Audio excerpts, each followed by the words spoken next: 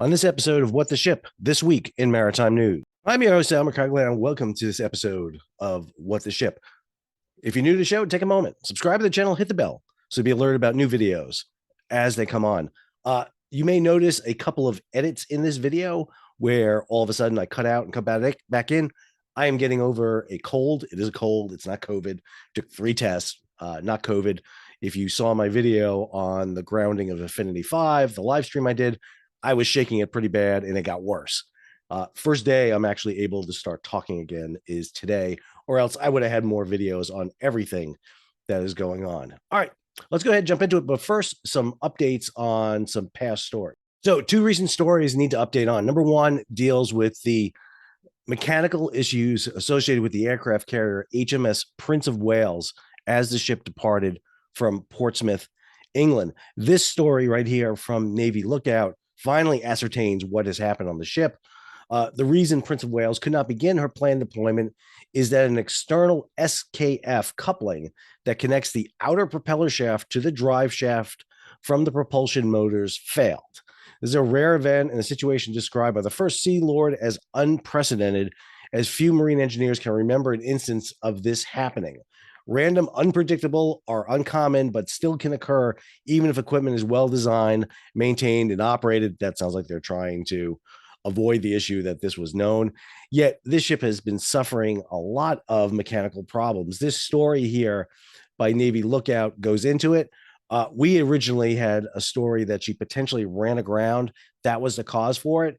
If this coupling went bad, this explains, number 1, why the divers went over the side to take a look at it. It would also give a connection right there because of the massive amount of vibration you would have felt on the ship, which is usually associated with the grounding. So that explains that. It appears that the ship will be returning up to Rosyth, which is where she was built. Babcock has the contract for her. She was scheduled to go back up there for post-deployment issues, so she will just go up there. And it really highlights another issue there of a lack of a dry dock suitable to handle these ships down in the Portsmouth area. It seems like her sister ship, HMS Queen Elizabeth, will be taking over some of the duties responsible for her and maybe deploying over to the Americas. So anyway, update on Prince of Wales. Second story deals with USNS Mercy in the Solomon Islands and the decision of the Solomon Islands to not allow a Coast Guard cutter, a fast response cutter, specifically the Oliver Henry, to dock and fuel. Got a lot of comments on this story, including the fact that sometimes at a last minute, these requests go in and they're not processed fast enough. Well, okay, but this story kind of upsets all that here. Solomon Island block all U.S. Navy ships. The U.S. government was notified by the Solomons on Monday of, quote, a moratorium on all naval visits pending updates in protocol procedures, according to the U.S. Embassy in Canberra. Mercy is still anchored off Honolulu, off the island of Guadalcanal, so she is performing her Pacific Partnership mission. She has not been forced to leave, and the United States will not let the ship leave, even though they refuse permission to allow the Oliver Henry to dock. Oliver Henry right now proceeded on. She went to Papua New Guinea and now is in Cairns in Australia. All right, let's jump into story number 1. Story number 1 takes us to not 1, but 2 groundings of vessels. One in the Suez Canal, that's right, the Suez, and the other, the Turkish Straits, specifically the Bosporus. This story right here, Sea Trade Maritime, tanker refloated in Suez Canal, averting lengthy blockage. The tanker Affinity 5 was southbound in the canal when she lost maneuverability and wound up running into the west bank of the Suez Canal. You see the image here of her picture. She was lightly loaded. You can see part of her bulbous bow showing right here, rammed into the Africa side of the Suez Canal. The vessel was then struck on her starboard quarter by another tanker, the Amelia, behind her, as she could not stop in time. This story over here by Mike Schuller shows you a better picture of Affinity 5. Mike has these snapshots from marine traffic showing Affinity 5 basically sideways across the Suez in nearly the same spot, by the way, where Ever Given went ashore. Here's the Amelia behind her. And then just a few hours later, pulled off the embankment and heading southbound. About 5 hours she was in the canal. Let's go over to marine traffic and we'll show you exactly what happened. Here she is coming out of Port Said. She's heading southbound to Suez. The ship had departed from Portugal, heading toward Yanbu in Saudi Arabia. Here's Affinity 5 heading out of the Little Great Bitter Lake southbound in the lower leg of the Suez Canal. So much as we saw with Ever Given, this portion of the Suez Canal, the very southern portion, is narrow. Literally not wide enough for a ship to turn around in. As a matter of fact, Affinity at 250 meters wide is about the same length as the Suez Canal is wide. Now, AIS is always not exactly accurate, but this track here is showing her heading southbound now, and you'll see she's a little bit to the west of where she needs to be. Reports were that there was wind coming from the south at this time. I'm going to go ahead and slow this down a little bit here so that you can see her move here. Let's go ahead and move this up here. I want to get to the point where it is. And one of the things you'll notice is she's moving a little bit more to the west here the entire time. And then you'll see the bow start turning more toward the west. Now, notice where the bow points versus her direction as indicated by this arrow as she proceeds down. The bow will start moving toward the west. That indicates to me that in her lightly loaded condition, she's dealing with wind, that she's fighting with the wind here. And you'll see here, I'm going to move it up here a little bit more so you can see it even better here, how she is tracking. She is moving ever more her bow there until she's almost going kind of crabbing sideways down the Suez at almost 10 and a half knots here. And she's going to come to the point where she's going to get in trouble. Moving down, and that bow is eventually going to hook on the west side. It comes ashore there in the shoal area, and the stern keeps coming southbound until she stops. Now, what we do know is Amelia, which was astern of her, will come down here and strike her on the starboard quarter. Now, the vessel was only there for about 5 hours until it was freed. Fortunately, the Suez has done a much better job having tugs standing by. So 3 smaller tugs and a larger salvage tug was in position to help release her. They did with Ever Given, what they're going to do is pull the stern back into the main channel. That's going to be really the key here for freeing the vessel. Once they're able to get that stern out, they'll be able to basically free it, use the ship's propulsion to kind of back her off.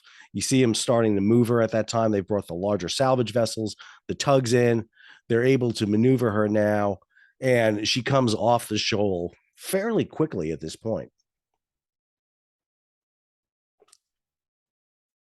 They probably did a quick assessment on damage to the vessel, flooding and everything, but very shortly thereafter, she'll begin to move. They moved her down about a mile at this point. Wasn't exactly clear what happened. You'll see she's moving fairly slow at this point, probably under tow. Don't want to use the ship's engines at this point. She's going to come to another stop here while they assess the propulsion of the vessel. They may want to waited for the wind to subside too, because if the wind was a factor in grounding her, they don't want obviously the same thing to happen again. So she'll stay here for just a little bit, and then she goes ahead and proceeds down the canal. And she's at anchorage right now off Suez in the entrance to the Red Sea.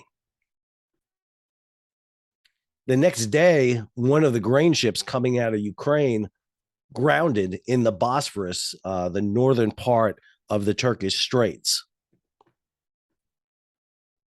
This video shows the event as it transpired. Here's the bulker losing control.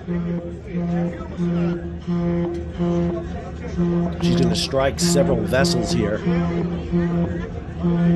There is a Starbucks with a balcony on it right here. This is where I believe this was filmed at. This is not unusual. This happened in the Bosphorus back in, I think it was 2019 or 2016.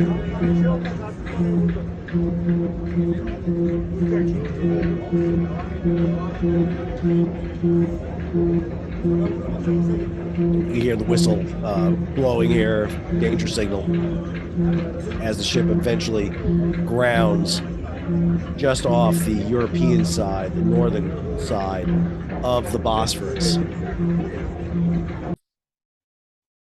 Some images of the Lady Zehma as aground.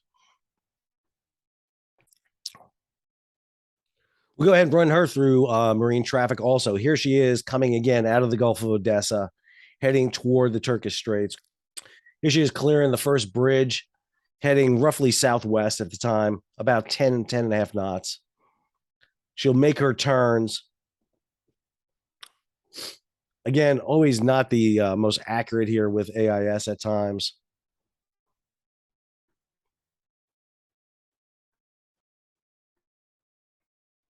Cutting it kind of close here could be an indication of steering problems with the vessel. So you're making her turns, heading for the second bridge now. She'll clear the second bridge.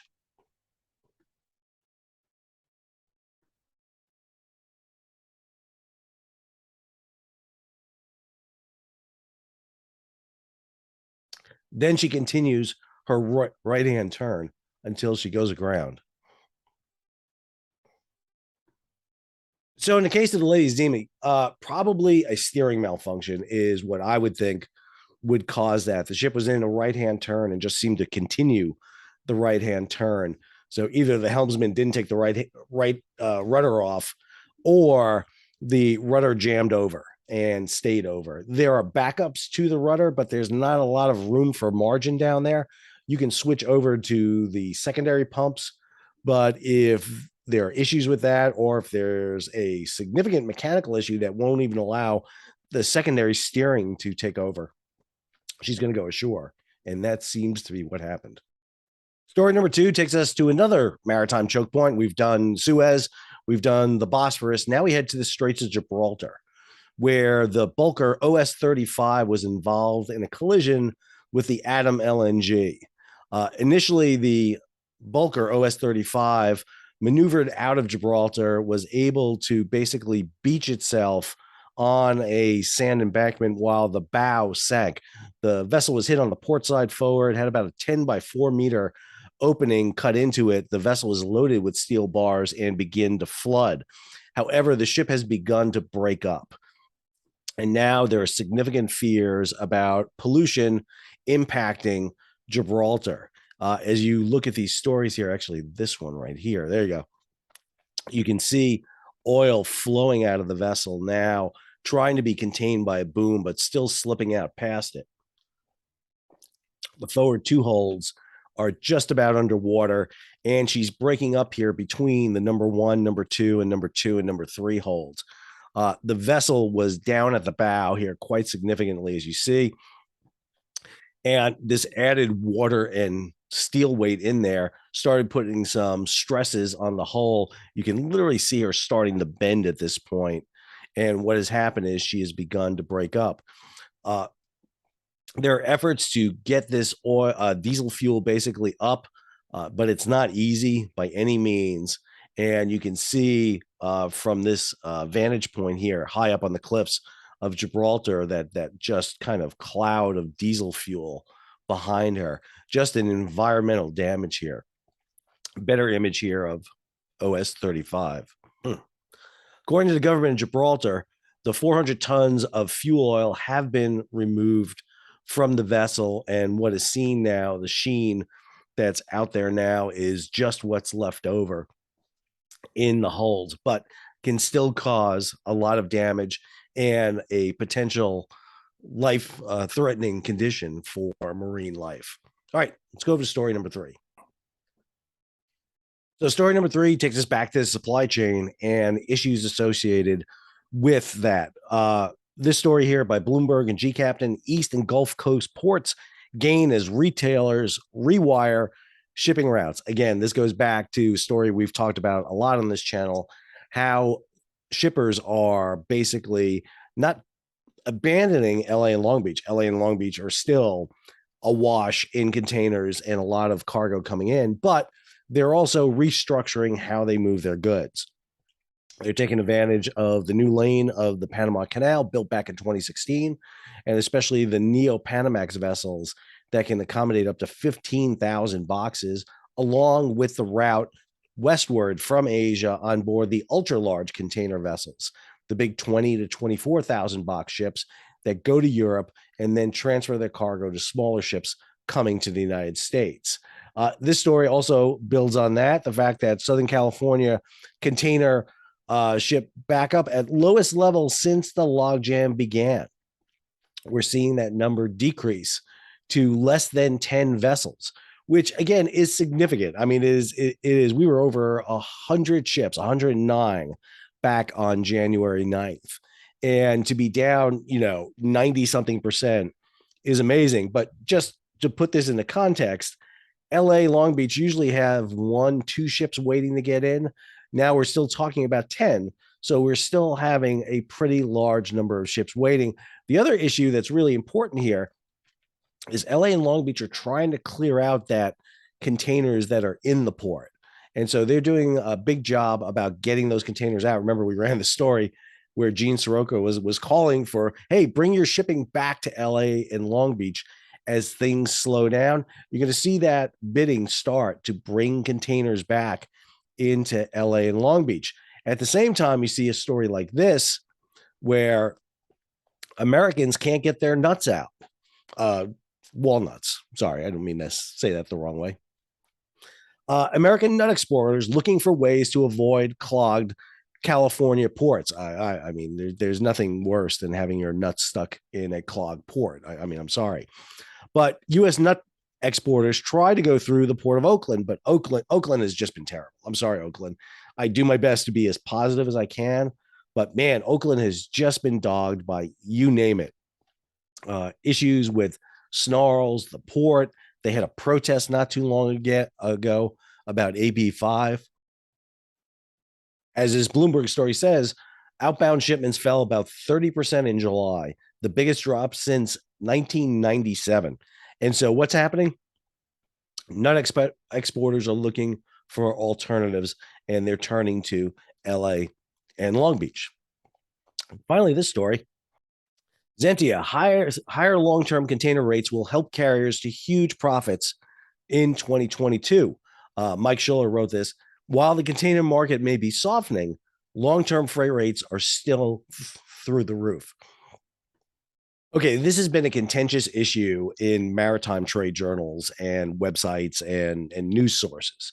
Everybody's debating here about the freight fall off.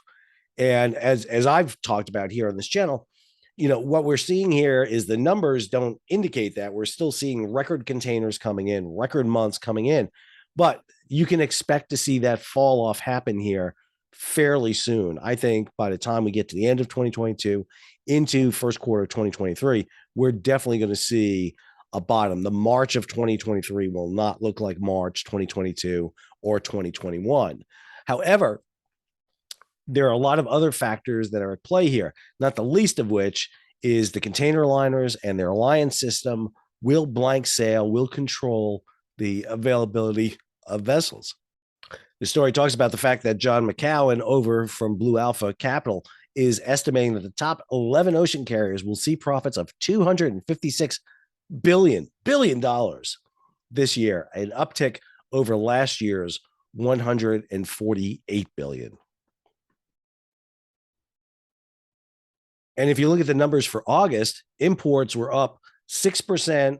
That's a 183.2% year-on-year increase, while exports rose 7.1 or 42.5% higher than August of 2021. So definitely a big element here we're going to see is this drop off.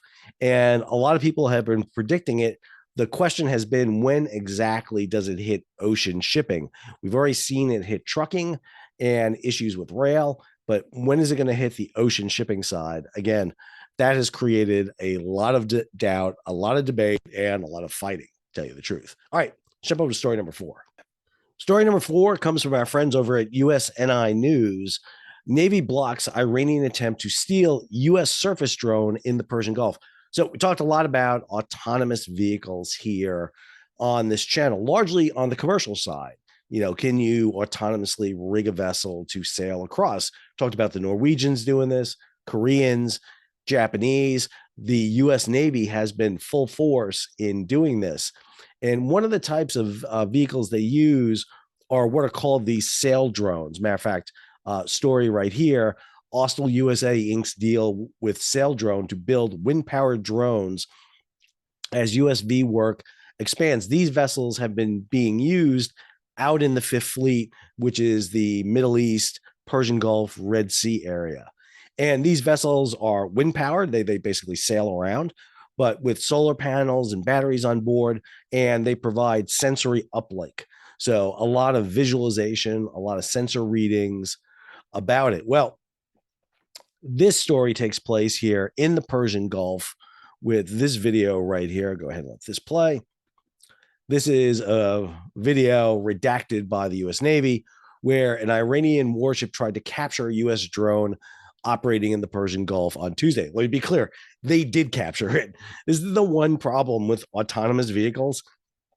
There's nobody on board.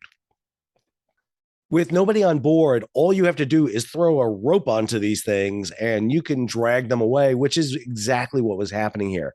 The Iranians lassoed this autonomous vehicle and were sailing away from it. Fortunately, a Navy MH-60 and one of the patrol craft, one of the being decommissioned patrol craft, one of the reasons why these boats are so important for the Navy, but they're getting rid of them, was able to get back and convince the Iranians to let them go.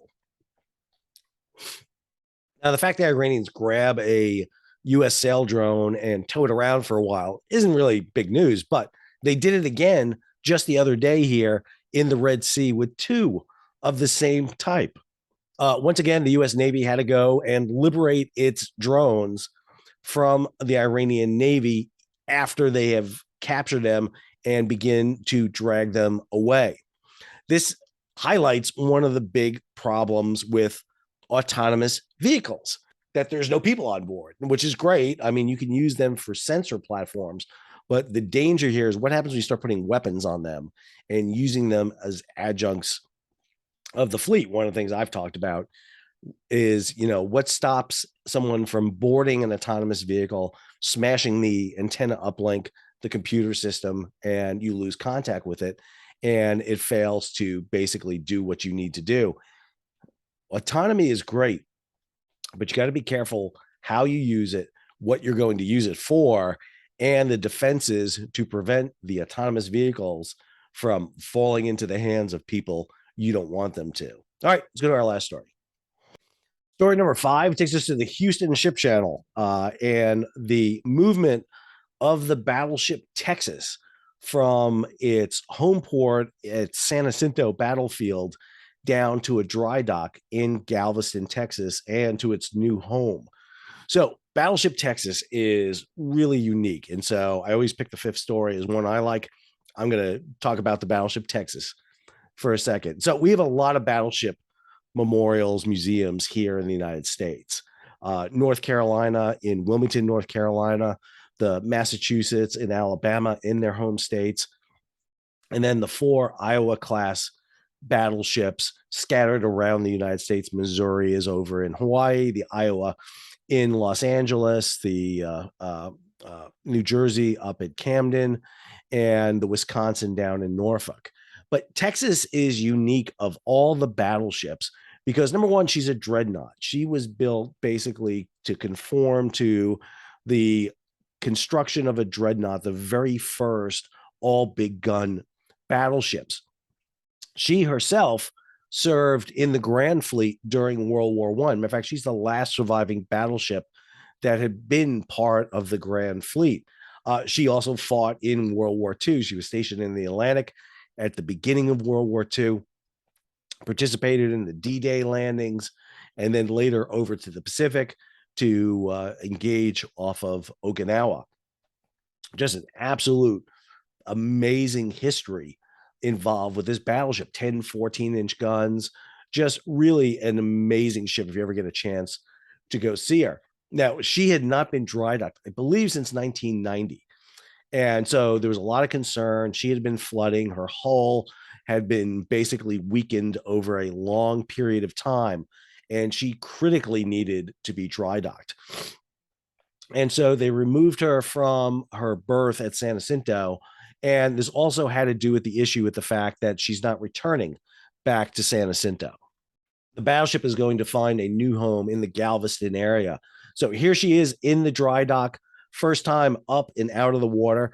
There's going to be a batch of restoration. Hull plating needs to be fixed. You may remember we did a story on the Sullivans, USS the Sullivans, when she sank up in Buffalo because of hull plating that basically gave way. This was the big concern with a ship like Texas. Now, what was really interesting is they live streamed this. So you could sit there up on the bow or up on the bridge and actually take a look at it. This is the battleshiptexas.org site where you can get all the updates, including the videos that they did on it. It was really impressive to watch it take place. I'm not gonna lie, I was geeking out big time over it. Some great images here of her sailing. The image I love the best, I think, is this one right here of the ship coming down the Houston Ship Channel with a tug pulling her. And the reason is it reminds me of a very famous painting done by for the British Navy, the Fighting Temeraire, which is this image right here of an old ship of the line being towed by a tugboat out. And I think this is 1839. For many, this represents the sunset of the age of sail with the birth of steam power. Well, obviously, we don't use battleships anymore like Texas, but she represents a kind of bygone era over 100 years ago. But she does represent an important part of our history. It's really going to be interesting to see the restoration work done on her and where she finally ends up in Galveston. I hope you enjoyed today's episode. Sorry for the voice being scratchy and the kind of edits here. Again, had some coughing fits during the middle and I cut them out so you would not have to listen to them. If you enjoyed today's video, please subscribe to the channel, hit the bell so you'll be alerted about new videos as they come out. Leave a comment, give it a thumbs up, share it across social media. And if you can, contribute to the page. You can do that one of two ways. One, you get that super thanks button below, and that'll allow you to contribute directly to the page. Or at the end of the video, click on the Patreon link and become a patron of the page. That allows us to keep this channel going and to bring videos like this to you. And to everybody who tuned in for that live stream I did on the grounding of Affinity 5 and the Suez, I appreciate it. Always happy to bring information and context as it's going on. Apologize again for the coughing. It got worse after that. So until our next video, this is Sal, signing off.